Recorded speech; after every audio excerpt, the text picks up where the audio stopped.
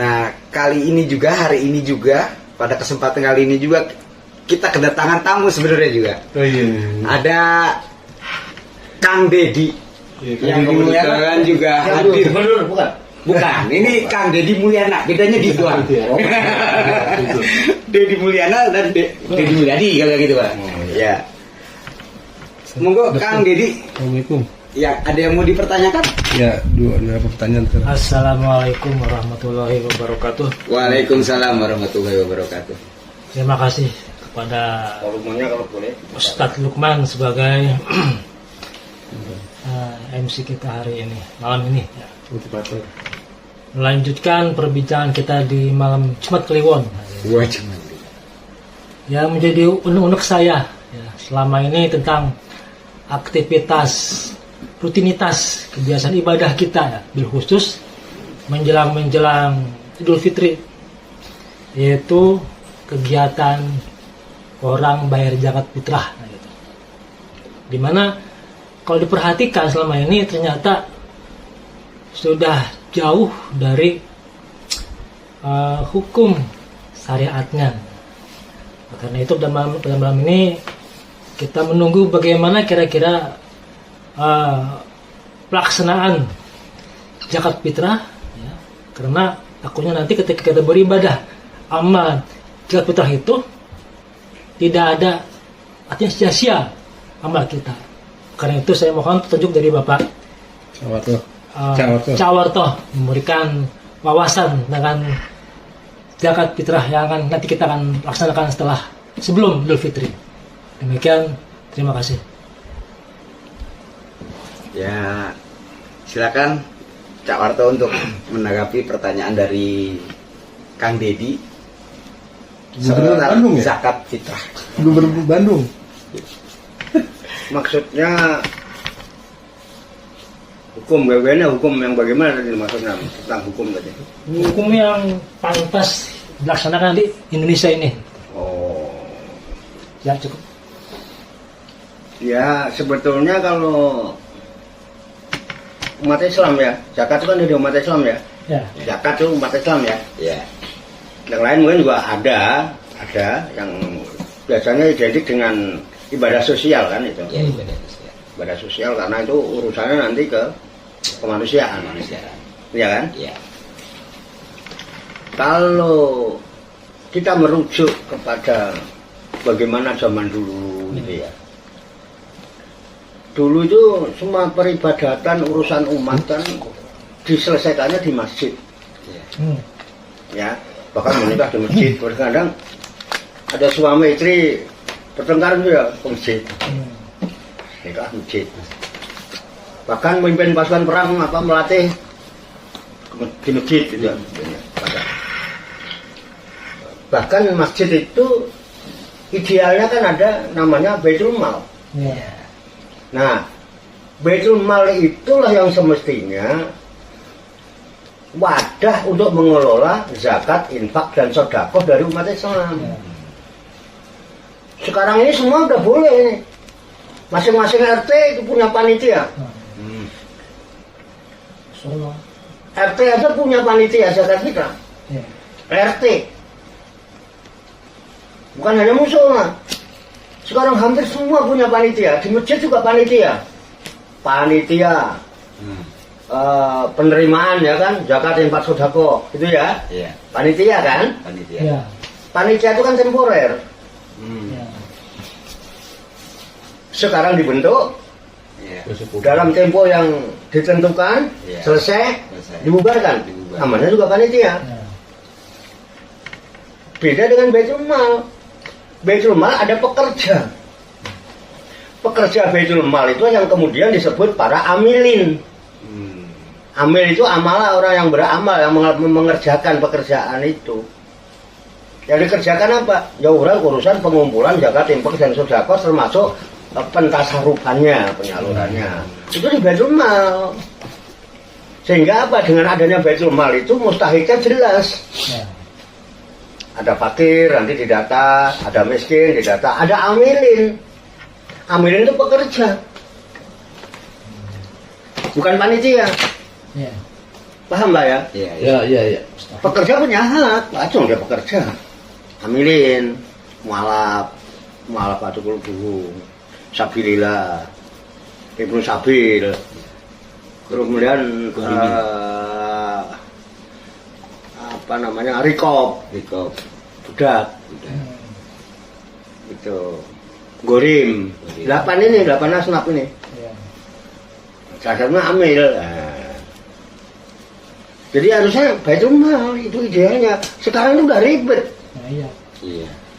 Sekarang di sekolah diminta, Ya, sekolah. ya kan?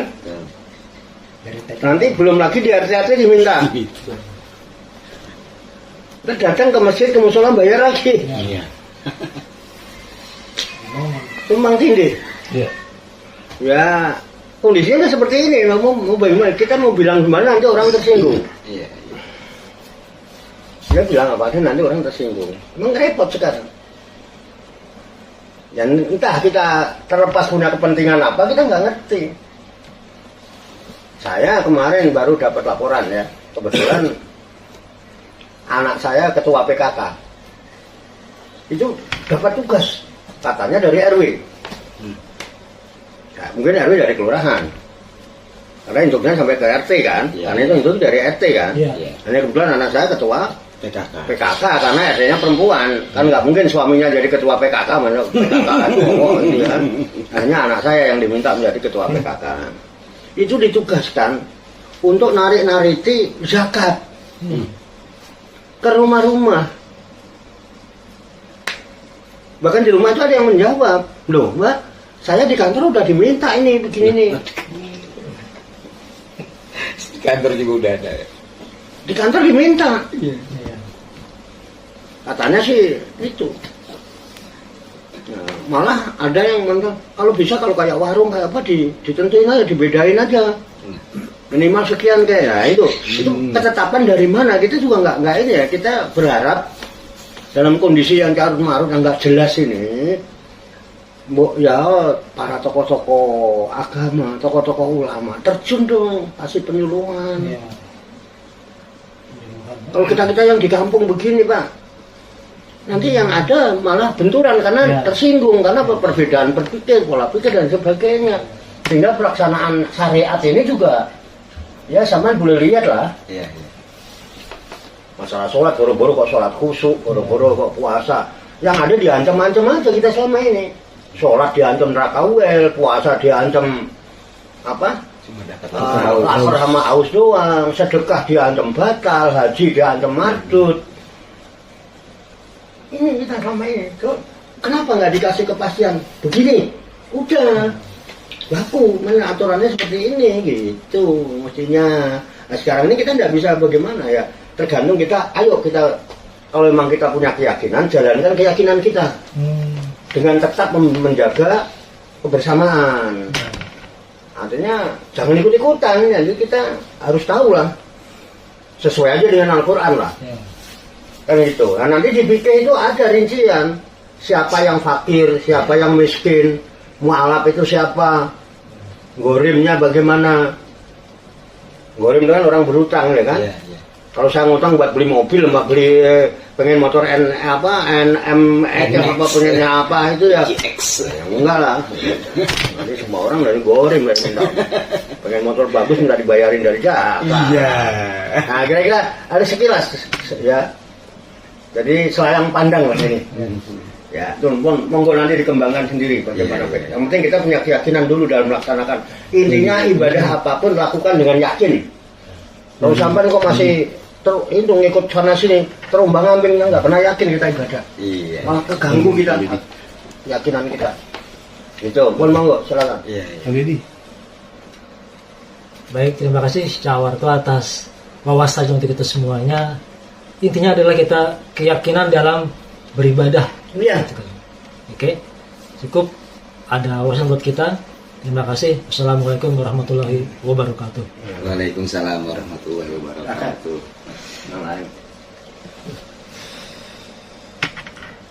Alhamdulillahirrabbilalamin. 2 pertanyaan tadi sudah dijawab dari Bapak Nanang tadi bertanya tentang apa itu rukun hidup, ya kita sudah mendengar bersama-sama pemaparan yang begitu jelas. Kemudian juga masalah zakat yang sedang terjadi di lingkungan kita khususnya.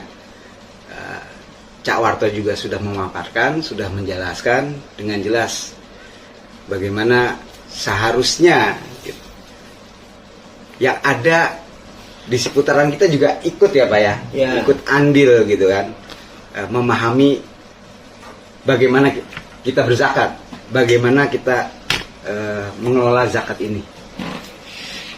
Sekiranya silaturahmi dan diskusi kita pada malam hari ini ada yang mau dipertanyakan lagi? Silakan.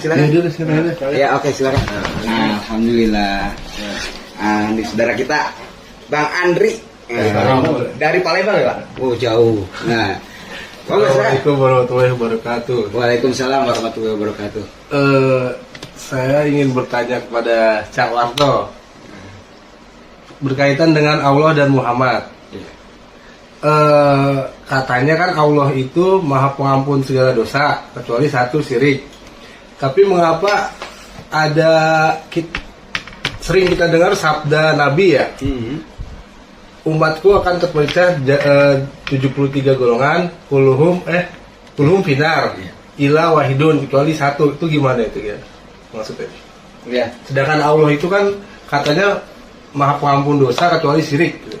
Ya. Tapi ada sabda Nabi yang ngomong begitu gitu. Ya, sekian, Ya. terima kasih. Ya. Silakan, Cak Warto. Itu hadis populer ya itu. Iya. Itu hampir sering dibicarakan orang, paling sering dibicarakan hadis itu. Memang ada yang mengatakan begitu katanya. Nanti umatku akan terpecah menjadi 73 golongan. Semuanya masuk neraka kecuali satu. Itu Nabi Muhammad. Kemudian timbul pertanyaan, berarti kan banyak yang masuk neraka daripada yang iya kan? Bener. Oke. Nah, Allah punya sifat Al-Ghafur, Maha Pengampun. Masa ya kadang-kadang jadi timbul kecemburuan, segitu sadisnya Allah itu ya. 1 banding 73 gitu. Atau kalau yang 1 diambil dari bagian yang 33, berarti antara 1 dibanding 72. Berarti neraka penuh. Coba, masa iya sih Allah sama Rasulnya bertentangan gitu kan? Kan gitu kan maksud sampean? Enggak bertentangan sebetulnya. Karena memang bagi Allah memiliki suatu kebijakan yang luar biasa dalam menciptakan hambanya, manusia. Ya. Sehingga manusia yang berawal dari Nabi Adam yang dulunya sudah di surga malah. Nabi Adam itu sudah pernah di surga hidupnya sama istrinya, sama Hawa. Tapi kan pernah terus diturunkan ke bumi. Namun Allah juga memberikan optimisme, diberikan motivasi, tenang kamu walaupun di dunia juga enak. Sehingga Allah nyatakan fa imma ya'tiyanakum minni hudan faman tabi'a hudaya fala khaufun 'alaihim walahum yahzanun. Jadi fa imma ya'tiyanakum, maka apabila telah datang kepada kalian minni dariku hudan, petunjuk, maka nanti apabila telah datang petunjuk dariku, kata Allah, Adam dan keturunannya tentunya dapat petunjuk dari aku, dari Allah, faman tabi'a hudaya, maka siapa saja yang mau mengikuti petunjukku la khaufun alaihim, tidak usah khawatir masuk neraka, walahum yahzanun, tidak usah sedih dengan adanya neraka, asal mau mengikuti petunjukku. Oke ya. Kemudian timbul lagi pertanyaan, petunjuk itu bentuknya apa? Petunjuk itu kalimat-kalimat Allah. Kalimat-kalimat Allah. Karena tuh Nabi Adam juga menerima fatalaqo Adamu kalimatin fataba alaih. Ini kan? Kan Nabi Adam juga menerima mirabi dari Tuhannya kalimat-kalimat. Jadi kan kalimat-kalimat yang dibimbing oleh Tuhan atas petunjuk Tuhan itu fataba alaih. Diterima kok tobatnya. Artinya diampuni. Oke ya? Ya. Udah. Nah, kembali saya pernah menjawab Al-Quran yang hubungannya dengan antara 73 dan 1 tadi. Ya. Saya membaca di surat Al-An'am. Semoga saya tidak khilaf. Tolong dibantu jadi atau apa. Al-An'am 115 dan 116 lah. Biar ada pahala, kan ini Sahrul Quran, masa enggak baca Quran sama sekali gitu ya. Nah, Sahrul Quran, ayo kita baca Quran gitu. Coba tolong dibacakan, saya takut khilaf karena saya bukan penghafal. Silakan siapa yang mau baca? Nah, Surat Itu langsung. Al-A'raf. Al-An'am Al-An'am. Oh, ini Al-An'am. Ya, surat ke-6. di 114. Ya, surat Al-An'am ayat 115 dan 116. Iya, coba. A'udzu billahi minasyaitonir rajim. Bismillahirrahmanirrahim. Wa tammat kalimatu rabbika sidqan wa adla. La mubaddila likalimatih. Wa huwas samiul alim. Artinya, dan telah sempurna firman Tuhanmu, yaitu Al-Quran, dengan benar dan adil. Tidak ada yang dapat mengubah firman-Nya. Dan Dia Maha mendengar, Maha mengetahui. Ayat 116. Wa in tuti aksara man fil ardi yudilluka an sabilillah iyattabi'una illa zon wa inhum illa yakhrusun. Artinya, dan jika kamu mengikuti kebanyakan orang di bumi ini, niscaya mereka akan menyesatkanmu dari jalan Allah. Yang mereka ikuti hanya persangkaan belaka, dan mereka hanyalah membuat kebohongan. Itu ayat 115 ya. Coba mohon nanti disimak kemudian didikte. Ya. Mudah-mudahan saya tidak silap. Ya. Yang pertama 115-nya watamat kalimatu rabbika sidqa wa adla, dan sungguh telah sempurna kalimat Tuhanmu sidqon, sodako, sidqon, benar, wa adla, benar, adil, tidak boleh. Makanya ketika baca kalimat Tuhan itu mungkin ditutup dengan sodaqallahul azim. Nah, siapa sekarang kenapa ada sodaqallah? Karena sidqon kalimat Tuhan itu. Wa adla. Ya. Jadi kemudian dilanjutkan la mubaddila li kalimatihi. Tidak ada yang bisa merubah kalimatnya. Enggak boleh dirubah kalimatnya. Wa huwa samiul alim. Dia sudah Maha mendengar kok, Maha mengetahui. Tidak usah rubah-rubah. Dia mendengar ucapan siapa yang disembunyikan atau terang-terangan itu didengar oleh Allah. Dan Allah melihat apa yang dilakukan terang-terangan maupun yang sembunyi-sembunyi. Jadi itu. Jadi petunjuknya sudah jelas. Petunjuknya sudah sempurna. Tidak mungkin dirubah-rubah ketetapannya. Tinggal ikutin aja petunjuknya. Faman tabi'a hudaya fala khaufun 'alaihim wa lahum yahzanun. Siapa aja mau mengikuti petunjukku, tidak perlu khawatir, tidak perlu susah dia hidup. Asal mengikuti petunjukku di muka bumi ini. Itu kan kronologinya waktu Adam turun dari surga. Ya. Dibilang begitu oleh Allah. Oke. Selanjutnya yang hubungannya dengan 73 dan 1 tadi. Intuti ya, intuti ya Pak. Betul.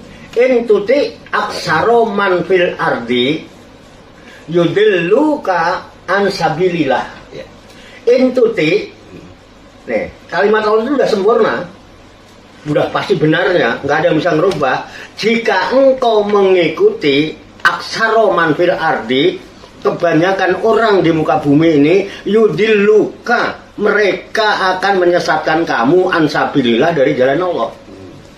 Jadi kebanyakan orang ada menempuh jalan sesat dari jalan Allah. Jadi kalau kamu ikutin kebanyakan orang, siap-siap mereka akan sesatkan kamu dari jalan Allah. Nah, tinggal pilih yang satu atau pilih yang 73. Iya. Oke ya. Jadi ansabilillah. Kemudian kenapa sih mereka kok dibilang menyesatkan dari jalan Allah? iyat tabiuna, tak lain dan tak bukan, mereka itu hanya mengikuti zona. Iyat tabiuna ilat zona, dia hanya mengikuti prasangka, bukan kebenaran. Ditambah wa inhum ila yakhrusun, dan tak lain dan tak bukan, dia membuat kebohongan-kebohongan, kepalsuan-kepalsuan. Jadi ikutin satu yang tidak palsu, ikutin satu yang bukan kebohongan, ikutin satu yang tidak prasangka, yang bukan halusinasi, yang nyata. Yakin. Jelas apa enggak itu ayat itu? Betul. Jelas. Di dunia ini semua palsu. Bahkan Allah sendiri yang menyatakan bahwa mal hayatud dunya ila mataul ghurur, kesenangan yang menipu, tipu daya semua, palsu semua. Sama ngikutin kebanyakan orang, keseret teman. Makanya kita harus punya kepastian dan keyakinan, ini pentingnya. Enggak apa-apa kita sendiri, asal jangan ngikutin kebohongan dan kepalsuan, apalagi zaman sekarang. Zaman sekarang itu banyak baju-baju kebenaran yang dipakai oleh kebohongan-kebohongan. Jadi sekarang itu banyak kebohongan yang dibungkus pakai baju kebenaran, sementara kebenaran ada dalam sumbernya. Jadi yang keluyuran ini baju-baju kebenaran, padahal di dalamnya penuh dengan kebohongan. Itulah dunia mataul ghurur. Itu Pak Andri, keren. Iya. Paham ya? Terserah mau ikut yang 1 atau 73. Kalau ikut 73, ikutin aja kebanyakan orang. Tapi kalau kamu berani, jangan takut-takut. Nek wani aja wedi-wedi, nek wedi aja wani-wani. Tapi harus berani diasingkan. Iya. Kan sendiri soalnya. Iya. Ila wahidan. Gila Waida. Satu. Tapi kalau nggak berani, ikutin aja yang kebanyakan orang. Rasin ya. Gitu aja udah. Iya, terasi. Tapi yudil luka ansabilillah. Iya. Nah, itu ayatnya ayat. Pun monggo kalau ada yang mau memberikan wawasan sebagai keluasan ilmu Allah, monggo tidak harus saya kebenaran itu ya. Saya kan hanya mencoba untuk Berarti kita berdiskusi. Oh, silakan. ibadah kita selama ini ikutin kebanyakan orang kan? Terserah sampean, kapan berdasarkan keyakinan Pak ikut-ikutan. Loh, ya tahu diri sendiri. Saya kan nggak mungkin menuduh sampean apa Andri itu orang ibadahnya cuma ikut-ikutan anak global, sholat juga rubuh gedang kan. Saya bukan ngomong begitu, nanti tersinggung sampean. Nah, zaman yakin apa tidak? Iya. Kalau nggak yakin tinggalkan. Iya. Gampang aja kok di dunia ini kan permainan. Betul. Kalau kamu merasa enak, merasa senang, bermainlah dengan senang hati. Iya. Tapi kalau udah nggak enak, nggak senang, keluar aja cari permainan lain. Siapa yang larang? Iya. La ikraha fid-din kok. Tidak ada paksaan dalam agama. Halo, Iya. enak nggak? Iya. Aku juga nggak mau nuduh orang. Ayo Iya. kita kembali. Kita boleh berbeda dalam keyakinan, tapi ingat tetap bersatu dalam kemanusiaan. Manusia. Ya, ini motonya keren ini. Keren. Gimana Pak Edi? Iya. Silakan. Kalau kurang puas, Iya. oh, namanya diskusi kok. Diskusi. Pak Dedi mau ngulas, Pak Lukman ngulas boleh, Iya. Pak Nanang juga boleh. Iya. Ya. Terima kasih Cak Warto, pemaparannya begitu gamblang, jelas. Puas ya Bang Andri ya? Puas. Puas dengan jawabannya. Ya kalau kita lihat, kita jadi membuat kesimpulan soal kita menjadi orang yang aneh. Tapi ya jangan juga merasa kecil hati ya ketika kita dibilang aneh. Walaupun alaihim. Lahofun alaihim. Benar. Dan juga itu walahum yahzanun, sebagaimana dinyatakan ya gitu. Ini menurut hadis Nabi Muhammad SAW. Ja'al Islamu goriban fasayati goriban fasayaudu goriban kama bada'a. Gitu. Inna Allah gorib yuhibul guroba. Semua jatuh. Artinya itu Inna Allah itu yuhibul witro juga satu. Yang satu tadi, yang satu itu juga, satu itu ganjil kan ya? Iya. Nggak genap kan? Dan itu gorib, aneh. Tidak mengikuti kebanyakan orang itu aneh, anti mainstream. Yang lain tuh mainstream, ya biasa-biasa aja. Kebanyakan orang ya begitu, gitu. Nah, tubalil ghuraba juga. Nah, Nabi Muhammad juga menyatakan berbahagialah orang yang aneh. Tuh. Kang Nanang, Pak Nanang mau menambah lagi? Sudah cukup?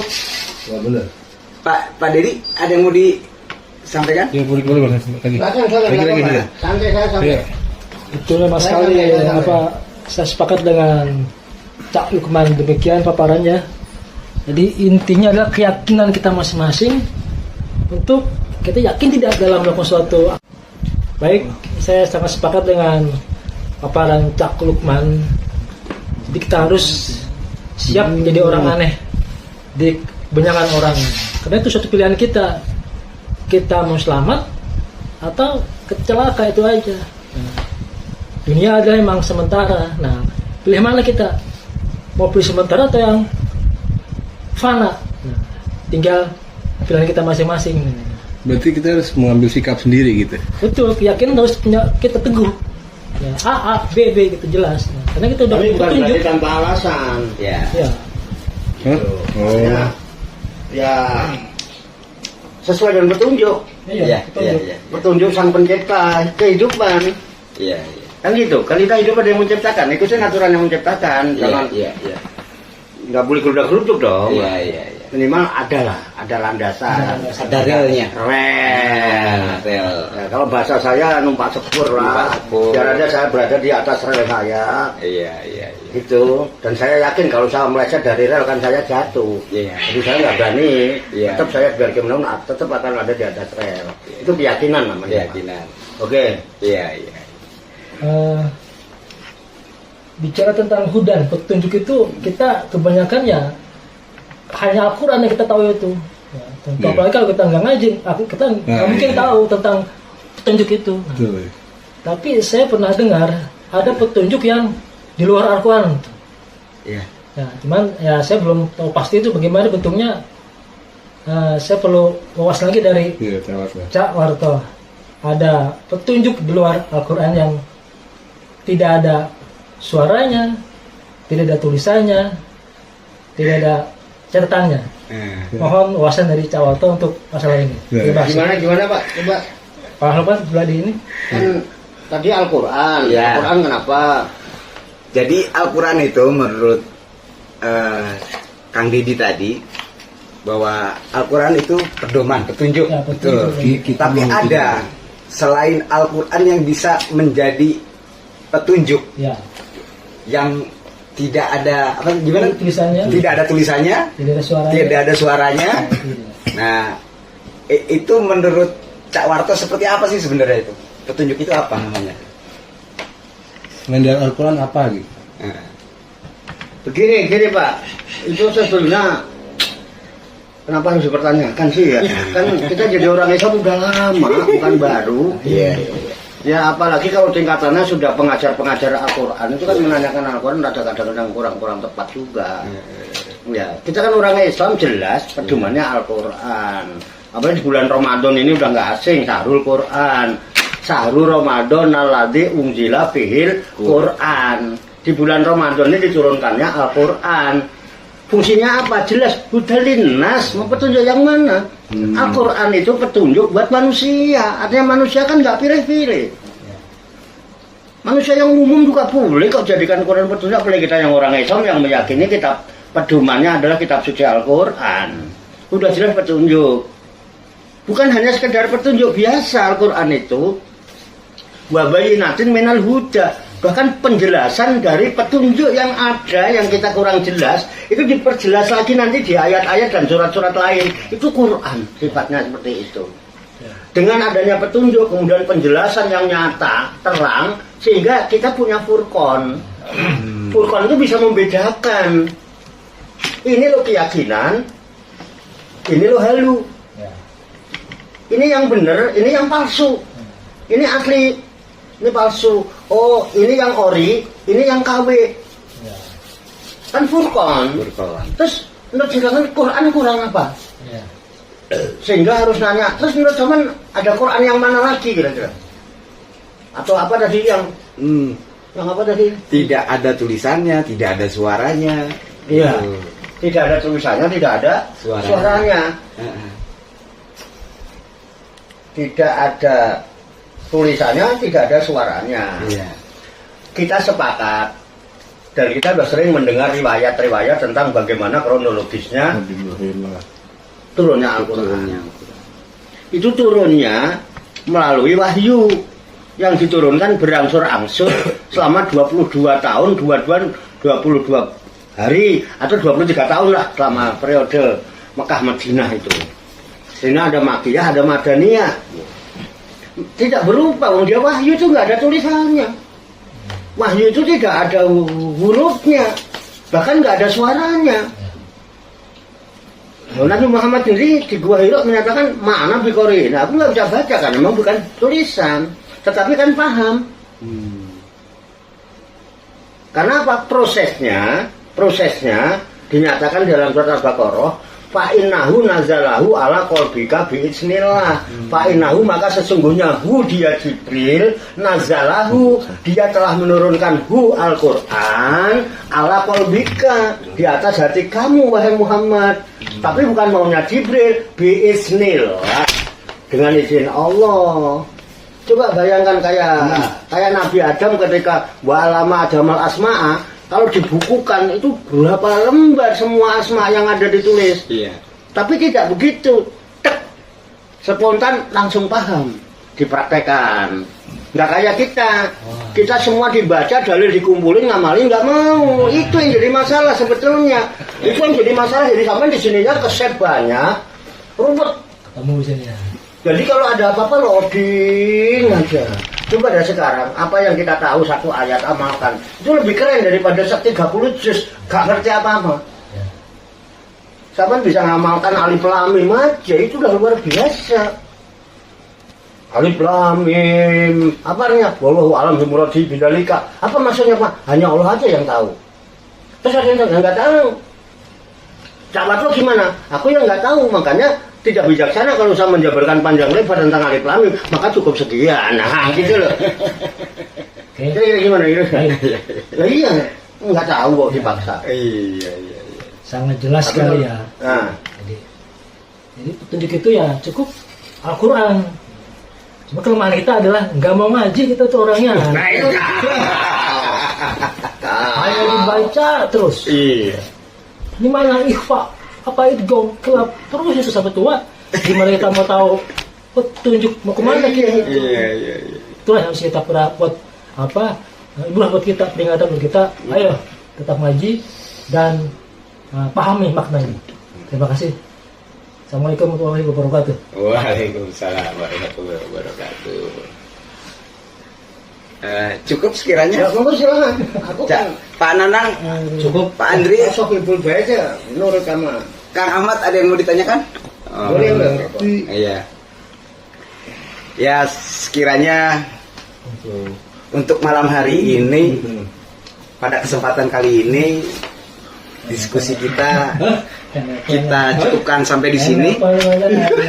Pemaparan penjelasan dari Cak Warto, ya kita bisa pahami bersama ya.